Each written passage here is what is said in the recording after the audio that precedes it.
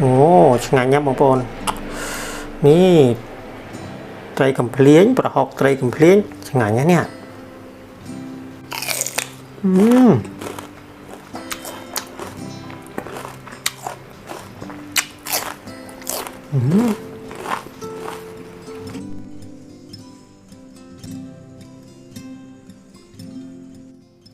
សូមធ្វើតួឯកក្នុងបែងដូងអូនបានទេ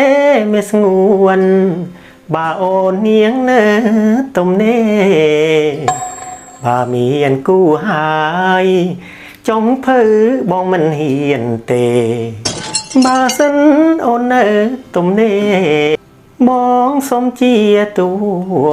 ឯកបាទជំរាបសួរបងប្អូនប្រុសស្រីប្រិយមិត្តទាំងអស់ជាទីរាប់អានព្រោះដែរទេបាទព្រោះដែរទេជំរាបខ្ញុំច្រៀងហើយបើសិនជាយកទៅប្រឡងចប់ដែរឬទេបាទចប់ដែរទេខ្ញុំជឿជាក់ថាប្រហែលជាអត់ចប់ទេមកទៅបាទចប់ត្រឹមបងប្អូនអ្នកដាក់បន្ទុកឲ្យខ្ញុំបាទអូខេថ្ងៃនេះចូលមកដល់រឿងយើងធ្វើម្ហូបទៀតហើយថ្ងៃនេះខ្ញុំសូមបង្ហាញអំពីទឹកប្រហុកជែវឬក៏ប្រហុកជែវបាទបងប្អូនដែលឮទេពាក្យថាប្រហុកជែវឬទឹកប្រហុកជែវនេះហ្នឹងហើយបងប្អូនខ្លះភាគច្រើនជាពិសេសបងប្អូនដែលនៅរស់នៅស្រុកថៃគាត់ច្បាស់ជាស្គាល់គាត់ច្បាស់ជាធ្លាប់ញ៉ាំធ្លាប់ពិសារួចហើយគឺមានរសជាតិឆ្ងាញ់តែម្ដងបាទប្រហុកជែវនេះហើយយើងញ៉ាំជាមួយអន្លក់បាទអន្លក់គ្រប់មុខនេះទៅបាទអន្លក់បន្លែគ្រប់មុខដូចយើងញ៉ាំទឹកគ្រឿងអញ្ចឹងអន្លក់ណាអន្លក់យើងអាចប្រើបានទាំងអស់បាទហើយប្រហុកជែវហ្នឹងគេធ្វើយ៉ាងម៉េចដាក់យ៉ាងម៉េចឲ្យឆ្ងាញ់ធ្វើយ៉ាងណាតើវាខុសពីទឹកត្រីជែវដែលខ្ញុំបានបង្ហាញទឹកមុនទេបាទប្រហែលជាខុសព្រោះអីប្រហុកជែវនេះមានរសជាតិឆ្ងាញ់មិនធម្មតាបាទឥឡូវយើងទៅមើលទាំងអស់គ្នាប្រហុកជែវគឺធ្វើយ៉ាងណាតោះសូមអញ្ជើញអូខេតោះកុំឲ្យខាតពេលវេលាយូរឥឡូវនេះសូមអញ្ជើញបងប្អូនមកមើលការរៀបរាប់របស់ខ្ញុំដូចតទៅណាហ្នឹងហើយមុនដំបូងនេះខ្ញុំសូមបង្ហាញអំពីគ្រឿងសំខាន់ជាមុនសិនតើគ្រឿងសំខាន់ហ្នឹងវាមានការប្រើអ្វីខ្លះដំបូងយើងមានម្ទេសបាទម្ទេសនេះគឺយើងអាចប្រើទាំងម្ទេសទុំម្ទេសខ្ចីឬក៏ដាក់លាយគ្នាអញ្ចឹងក៏បានហ្នឹងហើយដាក់ដូចខ្ញុំអញ្ចឹងបើសិនជាចូលចិត្តជាតិហឹរច្រើនក៏ដាក់ឲ្យច្រើនបើចូលចិត្តជាតិហឹរតិចក៏ដាក់តិចល្មមបានហើយបាទចំពោះម្ទេសបាទខាងនេះគឺជាខ្ទឹមក្រហមបាទខ្ទឹមក្រហមនេះខ្ញុំប្រើបរិមាណប្រហាក់ប្រហែលគ្នានឹងខ្ទឹមសនេះដែរណាហ្នឹងហើយខ្ទឹមសនេះខ្ញុំប្រើប្រហែលជា1ខាំកន្លះខ្ទឹមក្រហមនេះខ្ញុំប្រើប្រហែលជា1ខាំកន្លះទៅ2ខាំហ្នឹងហើយអាចច្រើនជាងក៏បានដែរឬក៏ប្រហាក់ប្រហែលគ្នាណាហ្នឹងហើយចំណែកខាងនេះវិញគឺខ្ញុំប្រើទឹកអំពិលទុំបាទទឹកអំពិលទុំបាទយើងមានផ្លែអំពិលទុំអញ្ចឹងទៅយើងច្របាច់យកទឹកមកយើងទៅចំអិនឲ្យឆ្អិនក៏បានណាហ្នឹងហើយចំណែកខាងនេះវិញគឺជាទឹកប្រហុកបាទទឹកប្រហុកដបណាបងប្អូនបើសិនជាបងប្អូនអត់មានបងប្អូនអាចរកទិញបាទរកទិញមកប្រើមក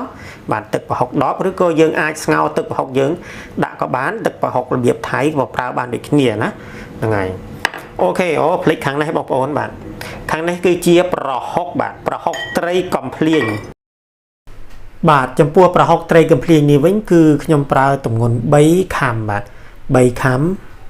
ហ្នឹងហើយឥឡូវនេះយើងទៅមើលការប្រើរបស់ខ្ញុំតើខ្ញុំផ្សំអ្វីខ្លះគ្រឿងផ្សំមានទៀតណាបងប្អូនខ្ញុំត្រូវប្រើអ្វីខ្លះហ្នឹងហើយទឹកនេះដាក់ប្រមាណនេះដាក់ប្រមាណតោះសូមអញ្ជើញតោះទៅមើលទាំងអស់គ្នាហ្នឹងហើយឥឡូវបងប្អូនតោះយើងចាប់ផ្ដើមធ្វើតែម្ដងបាទមុនដំបូងយើងប្រើខ្ទះមួយហើយយើងបើកភ្លើងមកបន្តមកទៀតយើងយកខ្ទឹមបាទខ្ទឹមដែលយើងត្រៀមហើយហ្នឹងដាក់ចូលហ្នឹងបន្តមកទៀតយើងយកខ្ទឹមនេះដែរបាទខ្ទឹមក្រហមដាក់ចូលមកដើម្បីលីងវាម្ទេសបាទលីងជាមួយគ្នាដែរបន្តមកយើងលីងវាតែម្ដងយើងលីងវាឲ្យឡើងឈ្ងុយពេលដែលលីងនេះយើងអត់ប្រើភ្លើងខ្លាំងណាបងប្អូនបាទប្រើភ្លើងខ្សោយប្រើភ្លើងកម្រិតទាបកាលណាយើងប្រើភ្លើងខ្លាំងពេកធ្វើឲ្យខ្ទឹមរបស់យើងហ្នឹងបាទធ្វើឲ្យខ្ទឹមរបស់យើងហ្នឹងវាខ្លោចក្រៅតែក្នុងអត់ឆ្អិនអញ្ចឹងណាដូច្នេះយើងប្រើភ្លើងខ្សោយឲ្យវាឆ្អិននៅក្នុងខាងក្រៅក៏ឆ្អិនក្នុងក៏ឆ្អិនហើយឈ្ងុយណាហ្នឹងហើយលីងទៅ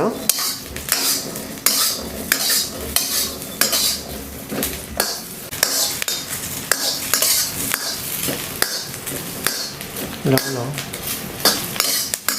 ok bóng ôn khơi than nè phần nhẹ là mồ mấy nè coi nhé nhẹ phải bị khói cào tí tí trắng á nè này là mồ mới cho anh lực nông cho anh lực cào tại mà đón phần này nè ok là ngày đã máu khơi than là mồ mới phần năng khơi nhé bạn nè là mồm đây mà đón phần này đó ok bóng ôn là lời dừng chạp và đàm thơ bản tỏ tiết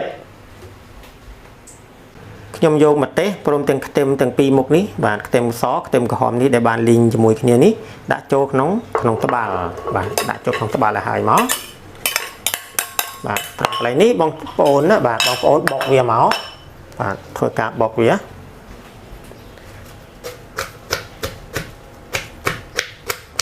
bọc ní bạn ở mọt khlang pe chứ nó bọc ôn bạn bọc tròn ta ở vía bảy tích là một bạn ấy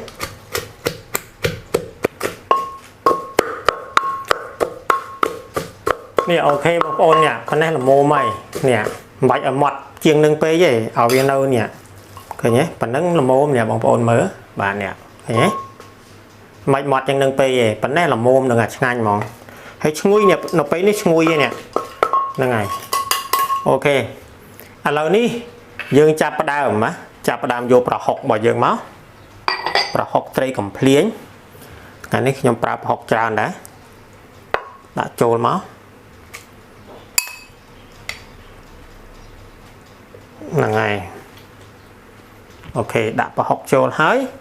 bằng tập mà tiết bóng ôn đã tự cầm pel tung ní nè là ngày tự cầm pel túng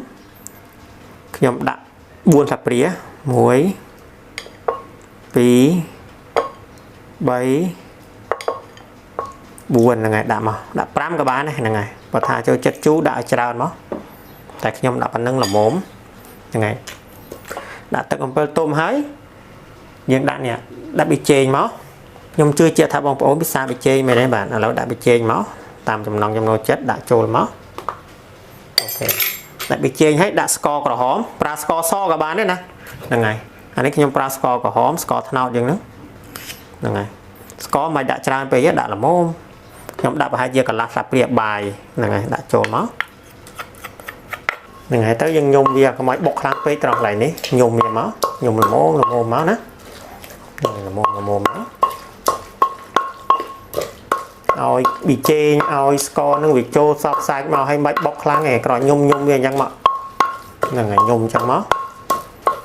đọc về ní dơ chạp đam prá tức bà học bạn tức bà học ní nhóm prá hai chia buôn về bái là ngày đã trồn máu muối phí bấy buồn là ngày dân bạch đạo về Rio P chứ nó đạo riêng ở khắp là mố bản ngành cả là Rio P ở ngành nhé nè phần này thấy nhé thấy lộ master bị trên sơ ấy sơ chu ấy bom ôn lộ tròn cái này nè hồi nó là ngày mình tập một tiết dân pra nè chỉ về chi rồi nà dân nữa và nè chỉ rồi nà chi về nhưng nó hành với hay đã trồn máu là ngày hàn viên trắng á đã chỗ có một tám bạch cháo này tịch là mô bán đấy nè hay chỉ pi bây giờ lật ấy chân tơ bà này hay nhung vô nè ok nâu ti bông phốt dựng bàn hới nó bông ổn bàn hới bàn hới và học chéo khởi nhé rồi chiết ngành ta mà đón hay những đua đã tràn máu khởi nhé ngành năm bóng ôn bạn ngành mình tên bóng ôn ai ta tuôn vô rụp của muốn bọc nhóm nít thật vơ bán á bóng ôn hãy bỏ học tây gặp liên đang thật ngành mình tên rất là ngành theo tiết ná nên người dân thơ bỏ học tây xem các bạn này tây lại tây ấy chẳng á là ngày tây gặp liên đang là ngành chiêng á nè ok bóng ôn còn tay phần nế bóng ôn ai phơ bàn nế bóng ôn và nhóm chưa chia thả bóng ôn bà cót chữ ba chia phơ bàn ok ná ta riêng bỏ bọc nhómនៅក្នុង video ní បងប្អូនយកទៅធ្វើចោះមុខជាឆ្ងាញ់បាទមុខជាឆ្ងាញ់ខ្ញុំធានាថាឆ្ងាញ់មែនទែនតែម្ដងបងប្អូនឲ្យចូលចិត្តញ៉ាំរបៀបថាហិលប្រហុកអីចឹងលេខ1តែម្ដងបាទប្រកាសជាឆ្ងាញ់តែម្ដង អូខេបាទខ្ញុំក៏សូមអរគុណចំពោះបងប្អូនទាំងអស់គ្នាដែលបានចូលរួមទស្សនាវីដេអូខ្ញុំបាទតាំងតែពីដើមរហូតដល់ចប់ហើយក៏សូមជូនពរបងប្អូនឲ្យជួបតែសេចក្តីសុខសេចក្តីចម្រើនរោគស៊ីមានបានសុខភាពល្អទាំងក្រុមគ្រួសារនៅពេលនេះខ្ញុំបាទក៏សូមជម្រាបលាសិនសន្យាជួបគ្នានៅវីដេអូក្រោយទៀតហើយកុំភ្លេចណាបងប្អូនដែលទៅចូលក្នុង Channel ខ្ញុំថ្មីមិនតាន់ចុច Subscribe ដើម្បីទទួលបានដំណឹងសូមមេត្តាចុច Subscribe ហើយចុចរូបកណ្ដឹងផងបាទដើម្បីទទួលបានដំណឹងវីដេអូរបស់ខ្ញុំដែលបានបង្ហោះឡើងបងប្អូននឹងអាចទស្សនាបានមុនគេเนาะហ្នឹងហើយមុខម្ហូបប្លែកៗនៅក្នុង Channel របស់ខ្ញុំច្រើនបាទអូខេបាទដល់ពេលនេះខ្ញុំសូមអរគុណសូមជម្រាបលា